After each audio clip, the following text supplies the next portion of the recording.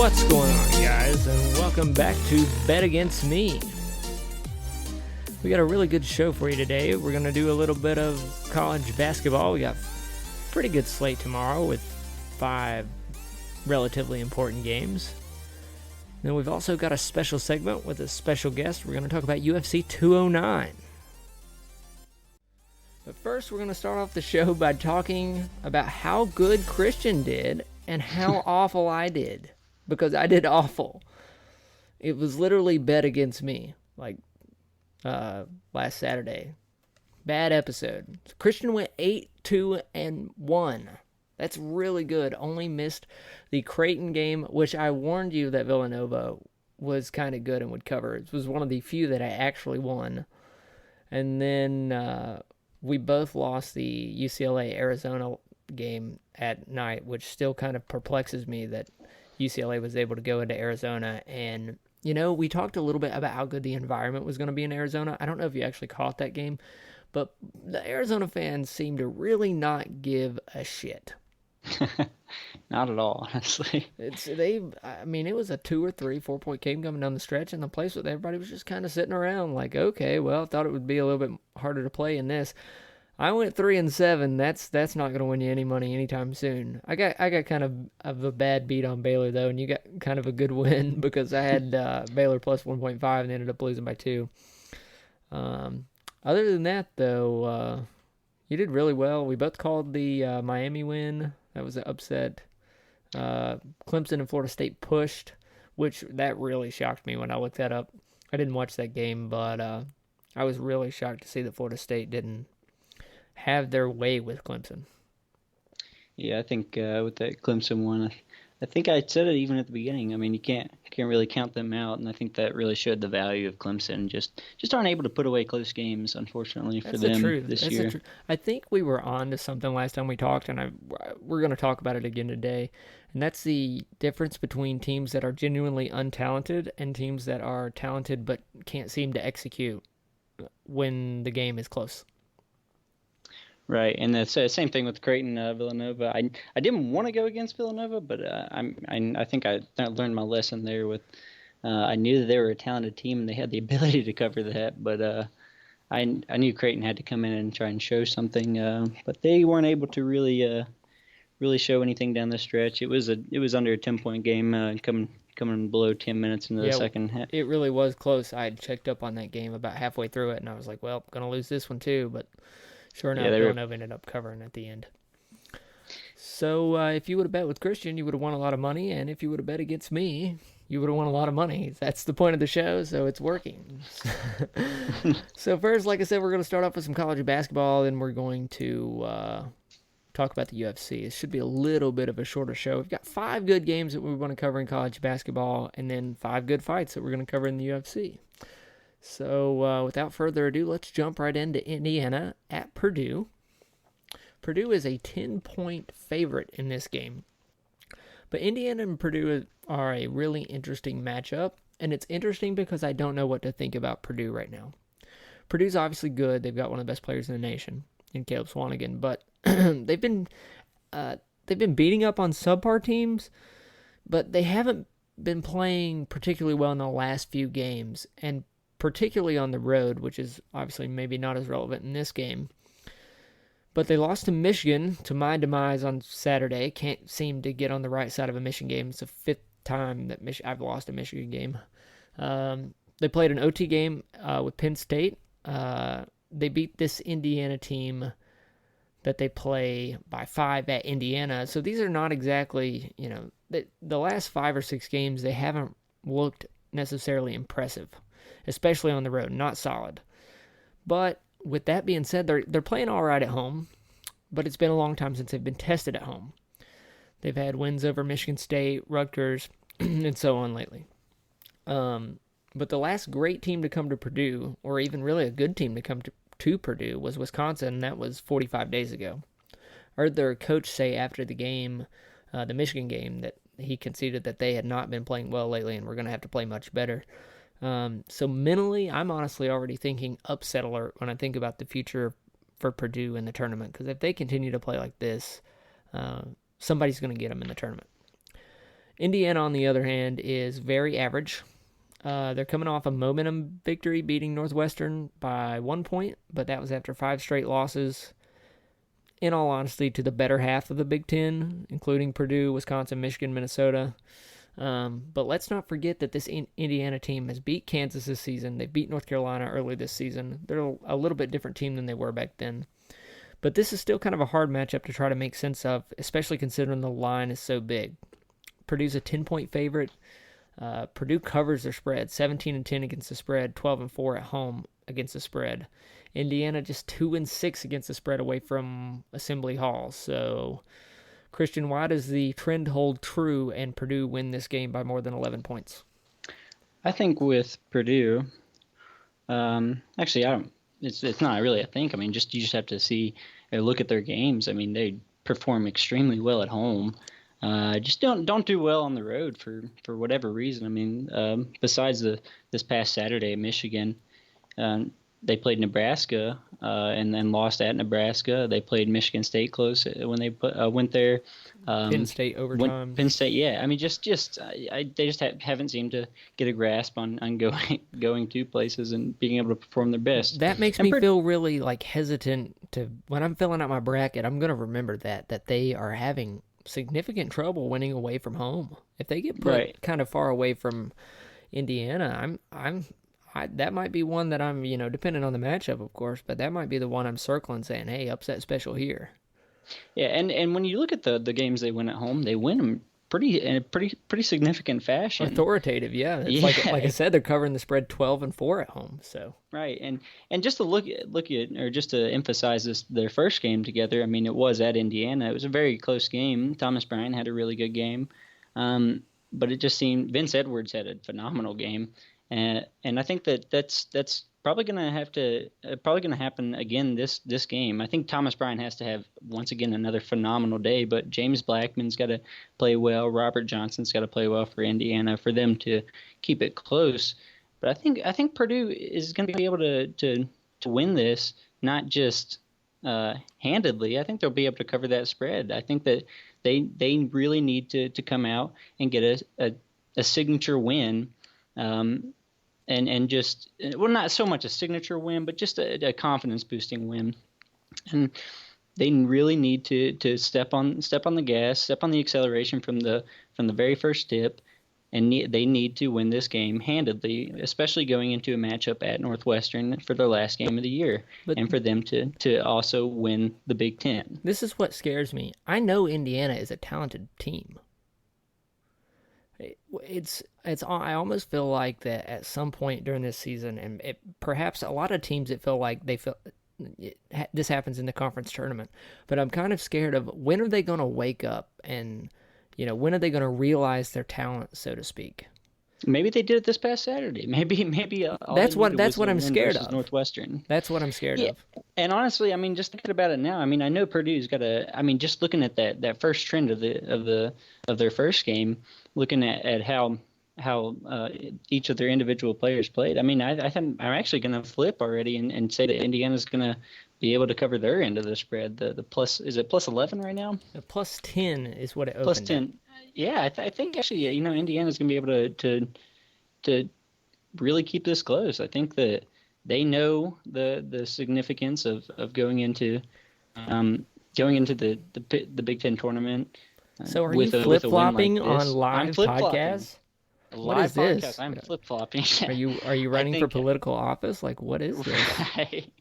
I don't know. I mean, just Purdue kind of scares me with their last two games. They scare me too. They're not playing good basketball. Yeah, and then Michigan was able to really run away early in that game. Really, it just scares me to kind of bet with Purdue, and I think that going with Indiana is a little bit easier for me now, whereas during their losing streak might have been a little easier for me to bet against them. But even then, like their away games. At Minnesota, they lost by 1. At Wisconsin, they lost by 5. They've been able to pretty much keep everything close for the most part in these last 6 contests. I don't think with the talent that Indiana has that Tom Crean is going to be up for any Coach of the Year awards. I feel like they've drastically underachieved. Oh, he's on the hot seat right now. For it has to Honestly, be. I mean that program that's a team that beat Kansas and North Carolina, probably 2-1 seeds in the tournament, and they're 5-10 in the conference.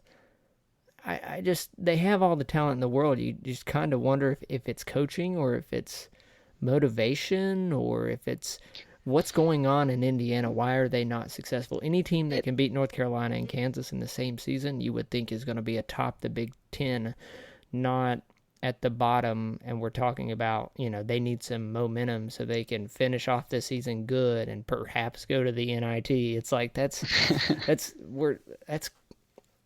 shouldn't happen in Indiana, especially to a team that's got this much talent.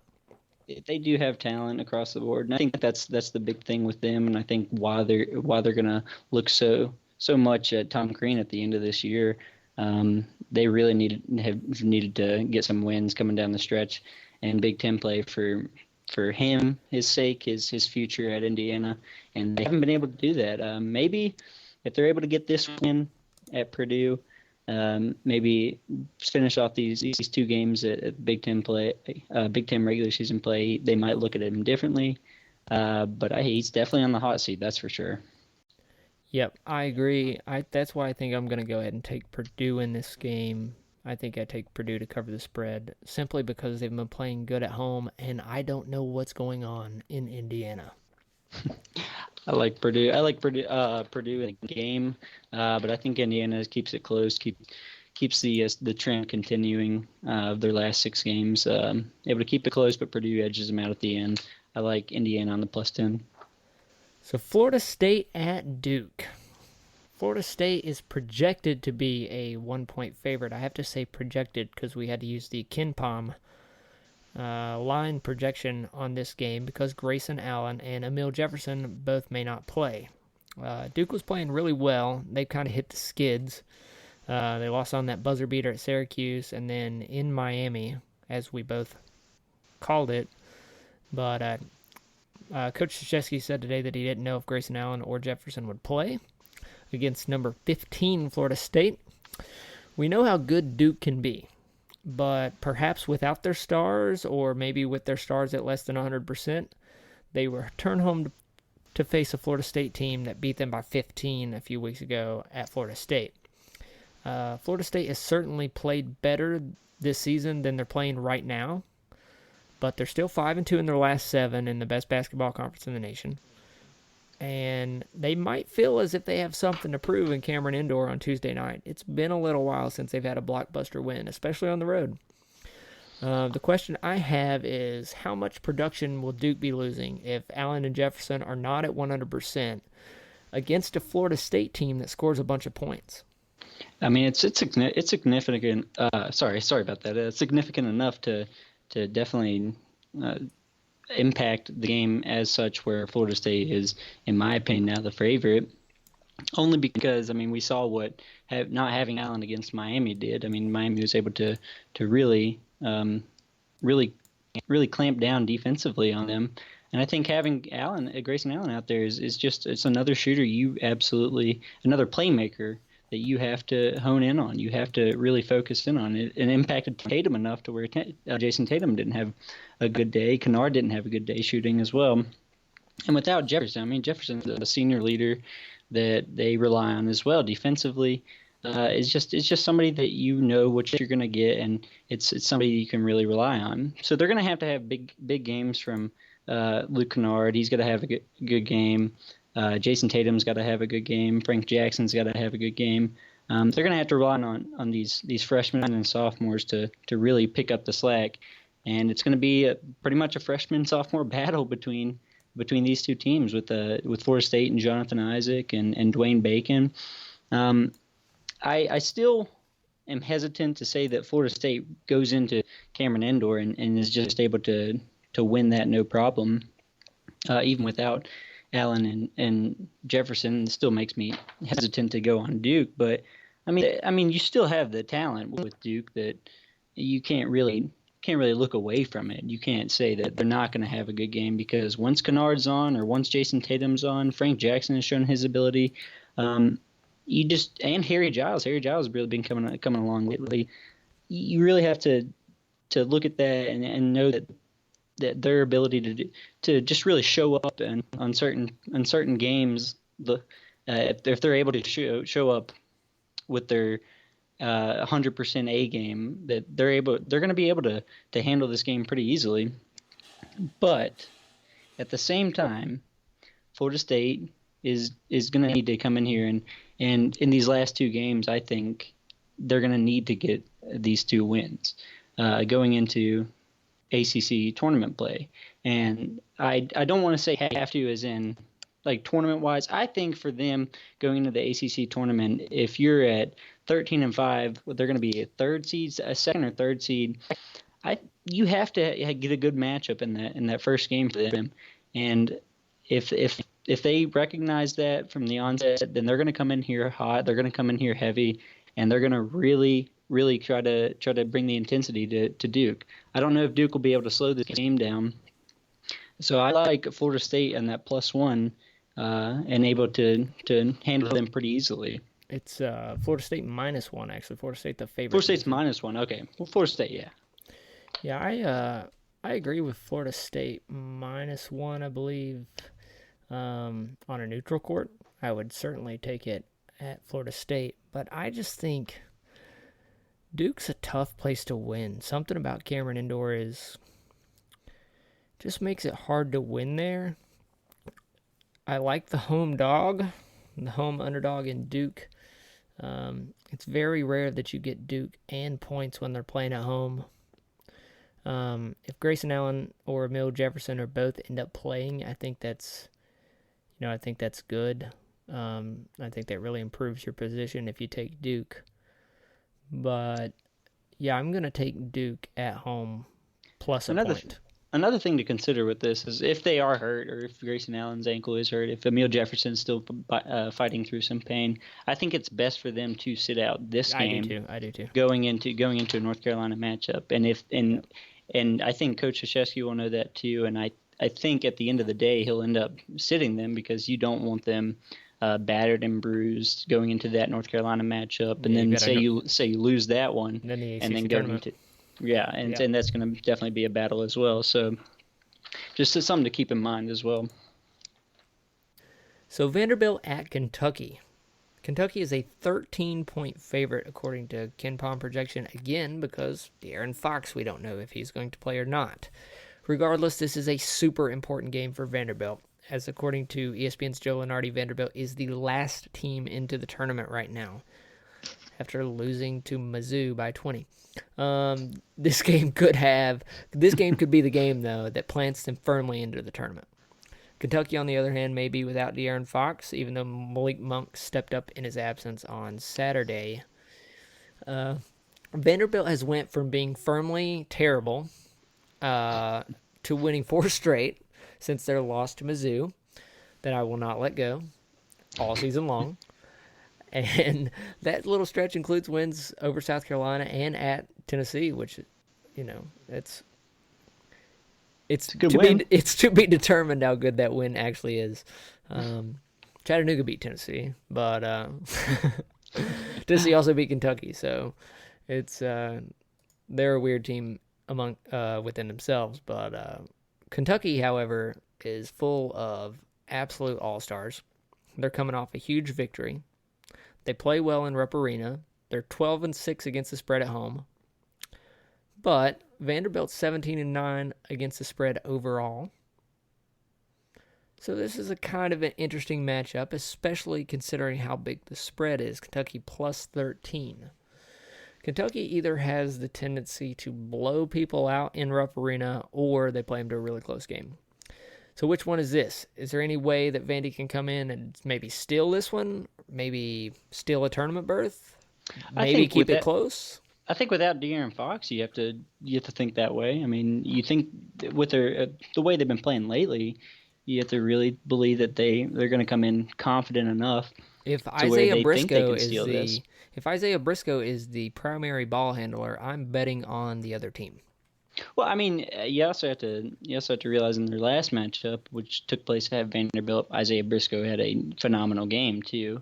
Bam Adebayo had a good game as I don't well. trust him. I don't trust him to have 2 in a row. But also, De'Aaron Fox had a phenomenal game in that one, and I think that that's going to have to weigh heavily on whether or not you think this game is going to be able to provide Vanderbilt a chance to prove themselves and get a signature win. In all fairness, Vanderbilt was a much different team 3 or 4 weeks ago. Right, that is true, and I think that. But just looking at that game, though, I think that game really shows how they're playing lately. Because if they go in there and play Kentucky how they're playing now, I think that it still ends up that way. Just a 6-point loss. I mean, I think Kentucky. I think you just have to look at that game and understand that Vanderbilt has a talented team. Riley LeChance had a good game that game. Jeff Robertson had a good game that game. Riley LeChance is key to this game, though. I think that they're going to have to get significant production from the 3-point line for them to be able to stay in this game. Matthew Fisher-Davis is also going to have a good game, but they need Luke Cornett defensively to hold off Bam Adebayo. I think that can happen, and I think that they'll be able to keep this close. This is the first time that I'm going to bet against Kentucky in the last few weeks because I've been just such on a Kentucky train that I it's hard for me to bet against them. I think that Vanderbilt's able to keep this game close. I don't know if they're able to win, and I'm not going to go that far yet, but I do think that they're able to cover their end of the spread, and I'll sit firmly on that they will be able to cover their plus 13. Kentucky 12-6 against the spread at home. I'm going to take Kentucky in Rupp Arena. I've learned my lesson on that one. I feel about the same way as I do betting against Villanova on these huge spreads. Vanderbilt is not good.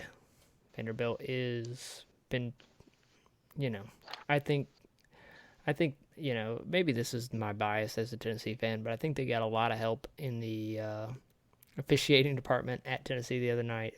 They blew out a bad Mississippi State team. South Carolina has not been the South Carolina that they were a month ago. They lost to Mizzou by 20 points. Kentucky is far and away superior at home. If this was on the road, if this was at Vanderbilt, this would be a totally different game. I might even be thinking without De'Aaron Fox that Vanderbilt maybe has a shot to win the game. But boy, Kentucky has been really good in Rupp Arena. They beat a really good Florida team by, I think 10 points the other night. And Florida's, Vanderbilt beat Florida, but overall I think Florida's a lot better than Vanderbilt. Like you said, I think it's just going to take a monumental defensive effort and a monumental offensive effort. This is a team Vanderbilt is 220th in the NCAA in points per game and 85th in points allowed. That's just not going to get it done against Kentucky. They're going to have to play out of their minds to keep the game close in Rupp Arena.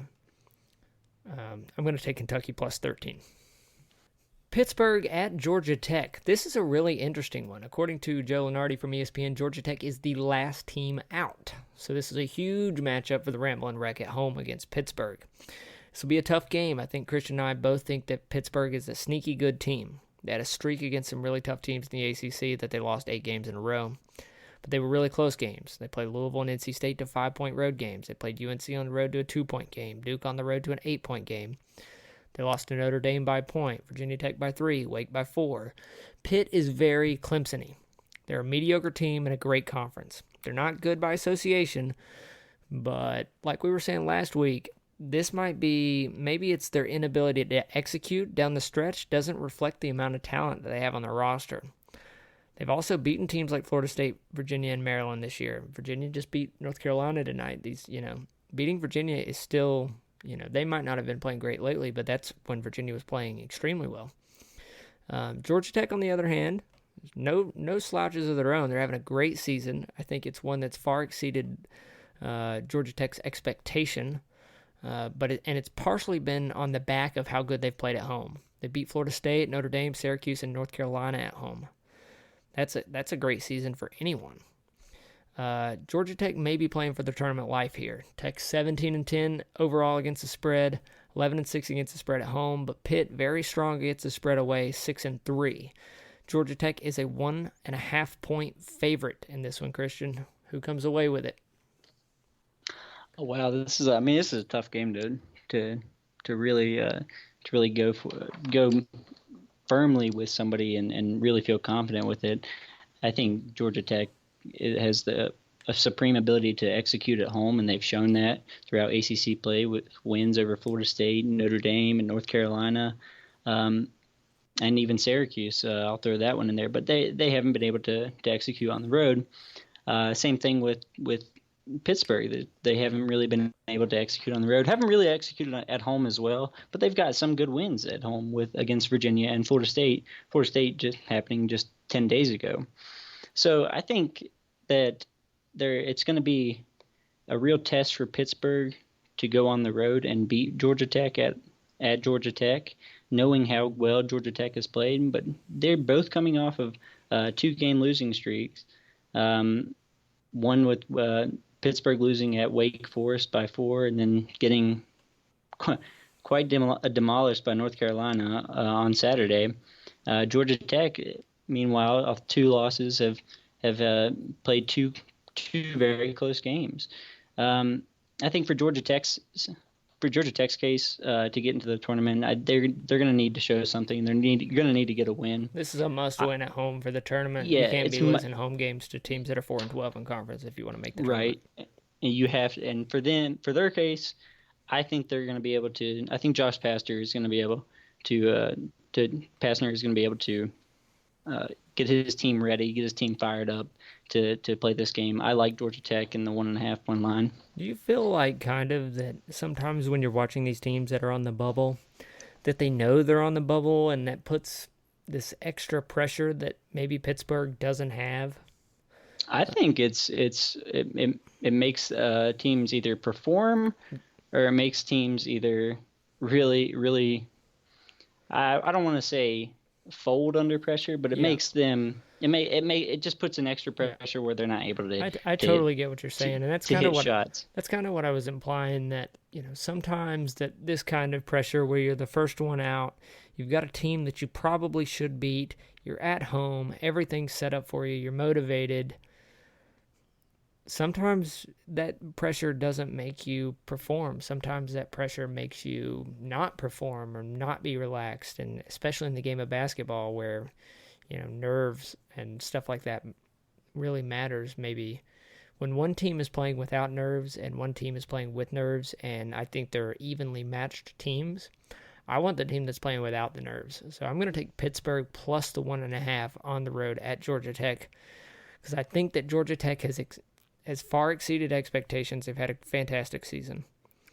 But I don't think they're quite talented enough to be a tournament team. And I think when they try to start showing that they are a tournament team, I think maybe the nerve might expose that lack of talent. So the best game of the day for us is undoubtedly Oklahoma State at Iowa State. Iowa State's a 3-point favorite, and something has to give. Oklahoma State has won 10 out of the last 11 basketball games in a conference that some would argue is the best basketball conference. But now they run into the buzzsaw of Iowa State, who's won 6 out of their last 7. Something has to give here, and the game is at Iowa State. Additionally, this could be a quasi-trap game for both teams. Oklahoma State has a huge game against Kansas this weekend, while Iowa State has West Virginia, another highly ranked team that just lost to Baylor tonight. Oklahoma State keeps beating the spreads, posting 18-9 record against the spread this season. Iowa State's pretty good, 15-11 overall against the spread, 11-5 at home. So this is an interesting matchup of perhaps the 2 hottest teams in college basketball, certainly the 2 hottest teams in the Big 12. So the question is, who's hotter? Well, you're asking the wrong person. If I just to judge who's the hottest, I mean, because you just look at both of these teams, and you're able to see the value of their wins over the past couple months. I think lately, Iowa State's been a little bit more more impressive with their ability to kind of close out games that have been close. But Oklahoma State's ability on the offensive end just to execute consistently has just been something to marvel at. Even that Baylor game, where I think that they should have been able to close that out, they were able to really keep it close. And I think that's something to keep in mind. I think Oklahoma State, I would give them the edge as who's hotter lately. I look at both of these teams, and I really can't decide who I like the most, though. Oklahoma State has just phenomenal players in Juwan Evans and Jeffrey Carroll. Phil Forte is something to marvel at. 94.8 free throw percentage, second in the nation. That is just amazing. If you can do anything right 94.8% of the time, you're good at it. Yeah, exactly. And Mitchell Solomon, their big man, 16.9 offensive rebound percentage, third in the nation. I mean, just you look at their starting lineup across the board, and their just ability to execute, and then they're also shooting it really well. But then, I mean, just looking at their players, you say, okay, well, Oklahoma State's great. I can't go against that. Then you look at somebody like Iowa State with Deontay Burton and Monte Morris, Nazareth Mitru Long, Matt Thomas. 4 seniors who are just executing at a phenomenal ability right now.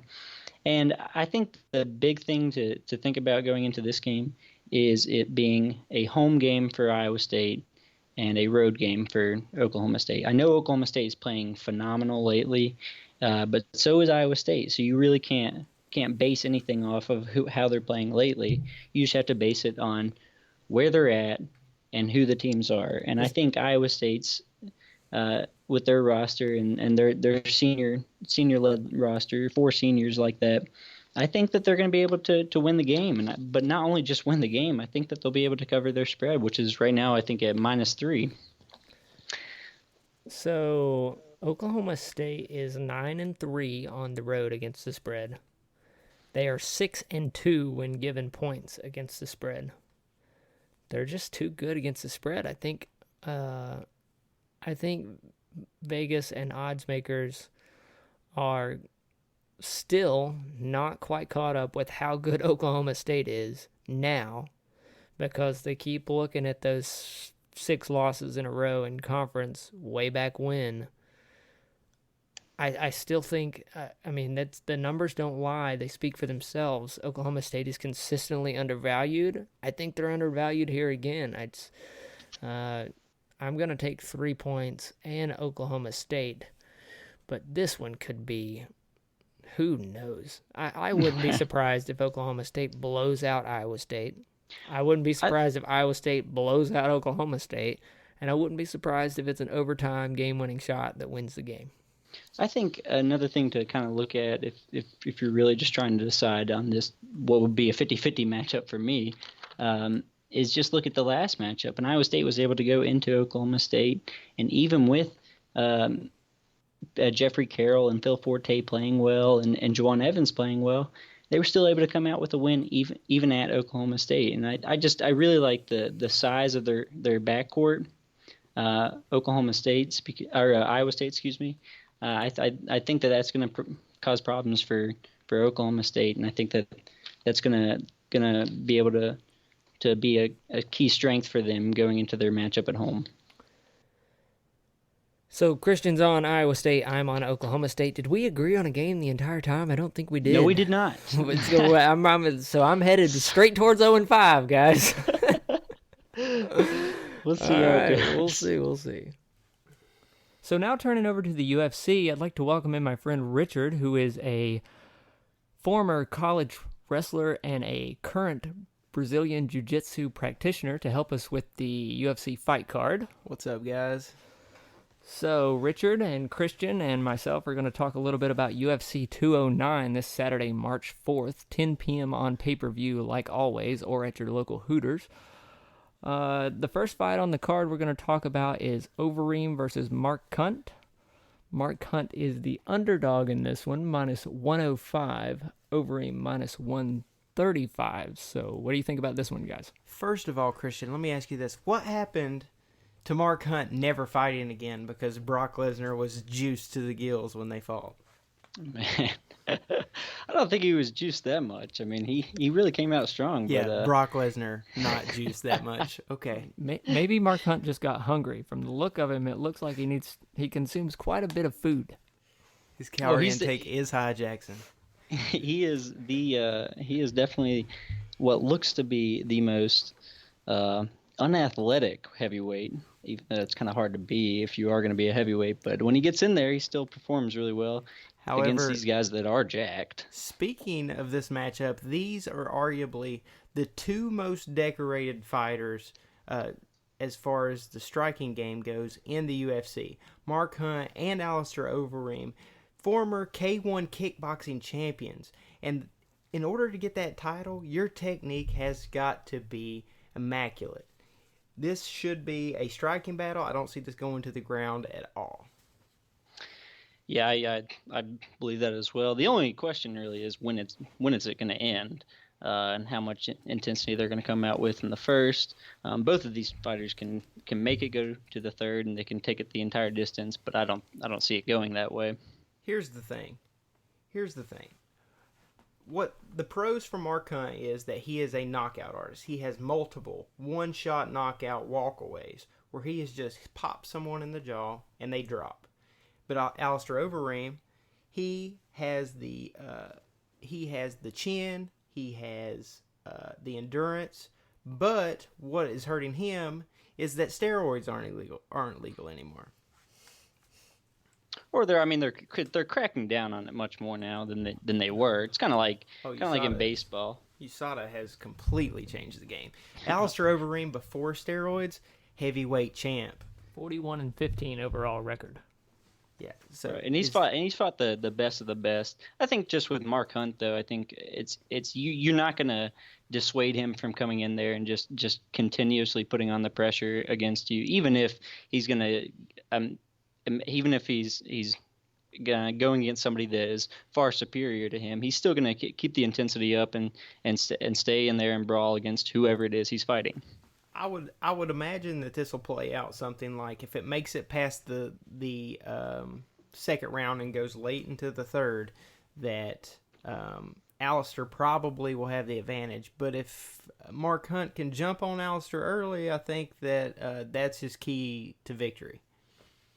Yeah, the same here. I think just Mark Hunt putting the pressure on him early and kind of catching him is going to be his best opportunity to win this fight. I think I kind of agree with you guys. Mark Hunt has a 75% knockout rate. Overeem only at 50% over a much larger sample size. Hunt's only 12-11 here, but is pretty close as far as the betting line is concerned for who's the favorite here. Both are in the negative 105 and negative 135. So there's not a clear-cut favorite. The reason for his poor record is he's fought a lot of tough guys because he came from K1. He was the K1 champion, and that alone put him directly in the mix in the top 5. He's been fighting top 10 guys ever since he came into the UFC, and that reflects his record. That's why his record's not good, but the betting line is so close. Do you think Overeem has maybe a little bit more value considering how accomplished he is? Oh, absolutely.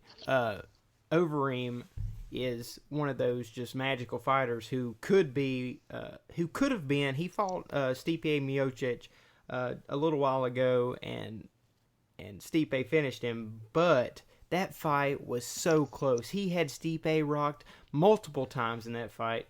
He is literally a referee stoppage away from being a heavyweight champion. And Mark Hunt is probably a knockout on Brock Lesnar away from having a title shot. So, Christian, who are you taking in this? For the reasons you say. I mean, I do like Overeem in the fight, but I just I think Mark Hunt's going to come out and just hit him with something in the first round. I think he's going to actually win this. I can't bet against Mark Hunt because I just love his fights. I'm going to disagree and take Alistair Overeem, because I think that he will play the smart game with Mark Hunt. I think his striking is technical enough to stay away from that one punch that's going to put his lights out. And I think he's going to be throwing body kicks. Body kicks. If he keeps Mark Hunt at bay with kicks, I think Alistair Overeem will take the fight. I'm also going to go with Overeem. I think that's good value at that level for 45. I mean, he wins 41 times. He's lost 15 times. Odds are he's going to win, and you're not losing that much money on the favorite. Next fight on the card, Rashad Evans making a comeback to the UFC. One of the more accomplished UFC fighters in the game. And I remember when I was coming into UFC reality, Rashad Evans was obviously a very, very big part of the UFC. Fighting Daniel Kelly, 12-1 out of Australia. What do you guys see about this one? What do you think, Christian? Well, Rashad Evans is obviously a legend in UFC, and he's had some pretty memorable fights, ones that I remember. I mean, his knockout on Chuck Liddell was something to marvel at. But I once again, I also think of fights with him, and I think of some that he's lost, including his last one against Glover Teixeira, who's obviously one of the best in the light heavyweight division, but still leaves a sour taste in my mouth to where I really can't get over that. And with the age thing, I think Daniel Kelly is one that wants to prove himself, fighting out of Australia, and he's only fought his fights in Australia. So this is going to be a test for him coming to Las Vegas, but I do like Daniel Kelly in this fight. I'll tell you, for Rashad Evans, Father Time always comes knocking. Regardless of who you are, when Father Time knocks, you go to sleep. And has Father Time knocked for Rashad Evans? It's kind of up in the air. It's been almost an entire year since he's fought. He was supposed to fight Tim Kennedy at UFC 200, but he couldn't even pass a physical in New York. So whatever that means, he could come in best shape of his life at 37. Randy Couture won a world championship when he was 40. It's very possible for Rashad Evans to come in and beat Daniel Kelly. But Daniel Kelly has a lot of age on him and has probably significant cardio at this point, because Rashad Evans has never been known for his amazing cardio. But I'm going to take Rashad just on a hunch that he has the experience over Kelly. Kelly is still essentially a rookie. He's had 13 fights, but he hasn't been in the game very long. Rashad Evans has been in the game for almost a decade, and I think that veteran experience is going to pay off. Rashad Evans is the -220 favorite. Daniel Kelly, the +150. I think that this fight is a real contrast of styles, maybe. I know it's hard to look at statistics when Rashad hasn't fought in so long, but almost 50% of Rashad's fights did not finish, ended in a decision. Only 33% of Kelly's fights are currently finishing at a decision. Do you guys see this one going all the way or early stoppage? It kind of depends on the cardio of Rashad Evans coming out. And also, I mean, with Daniel Kelly being able to go the distance and show that he's been able to go the distance while in the UFC, three of his 6 fights in the UFC have went all three rounds to the very end for a decision. I think that it has the ability to, and I think that in that case, I think he'll be able to actually win the fight if it goes that far. I think he'll be able to out-duel Rashad Evans. Here's the thing. Daniel Kelly hasn't fought anyone. Rashad Evans is his first actual test, and if Daniel Kelly can win this, he is going to be skyrocketed. This is Daniel Kelly's test fight. Coming out party fight. And this is Rashad Evans' retirement party fight. If Rashad wins, Rashad's probably right back in the mix. He'll probably get a good opponent next. And if he wins that, he could argue to fight like a number 1, number 2 contender. However, if Daniel Kelly wins this fight, Rashad Evans should retire because he is done if he cannot beat Daniel Kelly. And like you said, Jaxon, I mean, this is a contrast of styles. Rashad Evans, great wrestler, wrestled at Michigan State, was it, Richard? Yes, Michigan State. Michigan State, and I don't know if he All-American or not.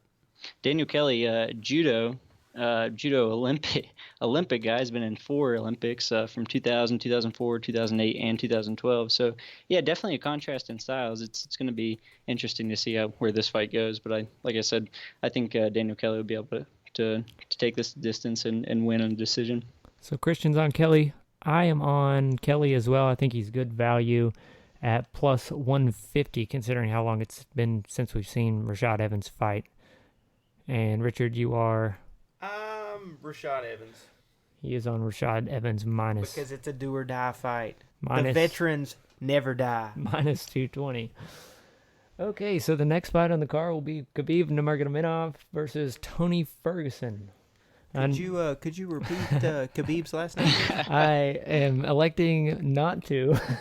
I will repeat his record at 24-0, which is plenty impressive. This kid is a monster. Tony Ferguson 23-3. What's going to go down in this one? I like Tony Ferguson is going to get destroyed. That's what's going to happen. Khabib Nurmagomedov is going to double leg take Tony Ferguson to his back and beat his face in. That's it. That's what's going to happen for 3 to 5 rounds.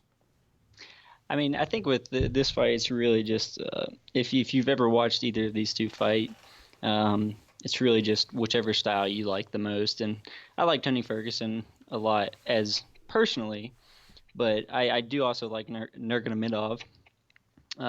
He's been able to consistently show his skills and his ability while in the octagon. I think it's going to be definitely a test for both of them, but I just like how Tony Ferguson is fighting lately. Even with his fight against Rafael dos Anjos, his last fight, I think that he'll be able to handle Nurmagomedov. Do you think, since this event is in Las Vegas, Tony Ferguson an American, Nurmagomedov a Russian, do you think there might be, with the current political climate, maybe a little bit of crowd support for Ferguson against Nurmagomedov? No. I think Nurmagomedov actually does have more fans. I think he has a lot of fans. The Russians are going to show up. Just listen to me. The Irish showed up for Conor McGregor. The Russians are going to show up for Nurmagomedov. He has a humongous following in Russia. It's ridiculous. Who the hell is Tony Ferguson? That's what Russian people say. They say, who is this guy? Interesting that he has 6 inches more reach than Nurmagomedov. Yeah. Well, obviously, Tony Ferguson's game plan. I mean, it's simple. Keep him at distance. Try to avoid the takedowns. Use your jiu-jitsu to escape side control and side mount. But distance is Tony Ferguson's key to victory. Nurmagomedov, take him down. If Nurmagomedov takes him down, this thing is over. I think his ability in the jiu-jitsu game is actually going to keep him in this. If Nurmagomedov actually is able to close the distance and get Ferguson to the ground, I think Ferguson has shown the ability even against people that have taken him to the ground. Gleison Tibau tried to take him to the ground. He was able to overpower him and get a submission victory in the first round. I think his just jiu-jitsu in general is gonna separate the two skill levels of the two fighters, and I think it's going to be a real test of Nurmagomedov throughout however long it lasts. I'd like this to go to the distance, honestly. That's where I think Ferguson's going to win with his last fight against Dos Anjos, going the distance and him being able to win that one. Nurmagomedov is a pretty big favorite in this one. Nurmagomedov is minus 210, Ferguson plus 170. So it sounds like, Christian, you are on Ferguson plus 170? Correct. I am on Nurmagomedov minus the 210. How about you? Listen, I think we're overlooking something. The winner of this fight fights Conor MFing McGregor.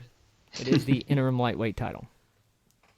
And if Nurmagomedov wins this fight, I will say that I really think that he'll be able to beat McGregor. Sets up a blockbuster. Struggles with wrestlers, and Nurmagomedov has shown his ability to as one of the best wrestlers in the lightweight division. And who knows where Conor's head is right now with this Floyd Mayweather stuff. Listen to me. Conor McGregor is going to fight Floyd Mayweather, knock him out. Then he's going to come back and he's going to knock out Nurmagomedov. It's going to happen. The man does what he says he'll do. So are you taking Nurmagomedov in this fight? Listen to me. Or are we getting ahead of ourselves? Christian keeps first of all, Christian keeps talking about Tony Ferguson's awesome win over Dos Anjos. Well, let me tell you something. Dos Anjos lost to Eddie Alvarez, who got knocked out in 2 minutes by Conor McGregor. He has good power. I feel like Richard feels the same way about Tony Ferguson as I feel about Vanderbilt losing to Missouri. All right, so you're on Nurmagomedov? I am taking Nurmagomedov, and then I'm taking him to get knocked out in the second by Conor McGregor. Put your bets on that, people. Put your bets on that. We'll cross that bridge when it gets there. The main event of the evening will be Tyron Woodley against Stephen Thompson. Wonder Boy. Thompson 13-1-1 as Tyron Woodley is 15-3 and the champion. So who takes home the main event of the evening? Who you getting in this, Rich? I'm telling you. This fight is an awesome fight. Last time went to a draw. Tyron Woodley takes it. It's a technical draw, but Tyron Woodley won the championship. Here's the thing. Stephen Thompson may be... Let me take that back. This is a unique card altogether because it's got the arguably 3 best strikers on the UFC card or in the UFC lineup on the same card, being Overeem, Hunt, and Thompson. He is undefeated. He's an undefeated kickboxing champion. Transitions to mixed martial arts and goes on a tear. Complete tear. And I'm going to tell you what. His name is Wonder Boy for a reason. He's been working with Chris Weidman, who has improved his wrestling drastically. So when Tyron Woodley shoots in to take down Thompson, Thompson's going to be there to defend because he's had that caliber of wrestler try to take him down before, and he knows how to defend it. Do you think Woodley will be trying to slow this fight down the entire time? No, I like Woodley to keep the pressure on. I think Woodley, knowing what he did, what he was able to do striking wise against Thompson, I think and especially the build up to this fight. And Woodley just doesn't seem to like Thompson for whatever reason, even though Stephen Thompson seems like a pretty good guy for the most part. I think probably because he wants to beat his face in. Well, knowing what he was able to accomplish with able to rock Thompson a couple times in their previous fight. I think he's going to want to finish this in the first round. I think he wants to just get after it and try to get this done as fast as possible. Did you just call a first round knockout on Stephen Thompson? I did. That is my prediction. First round knockout. Are under some kind of substance, sir. Because I'm going to tell you what, Tyron Woodley's only option to win this fight is to take Stephen Thompson down. That's his only option to win this fight. So you're saying slow him down? No, he'll keep pressure on, but to set his takedowns up. And when he gets on top, if he gets on top of Stephen Thompson, he's going to abuse him. Because Stephen Thompson's jiu-jitsu is not necessarily known. It's not bad, but it's not necessarily good either. He doesn't have like a Anderson Silva type guard. In all fairness, not many people do. Yeah, but when you're looking at a world championship fight, you need your skills honed. But if Stephen Thompson's takedown defense is better than Tyron Woodley's takedown attempts, Stephen Thompson is a lock-in for this fight.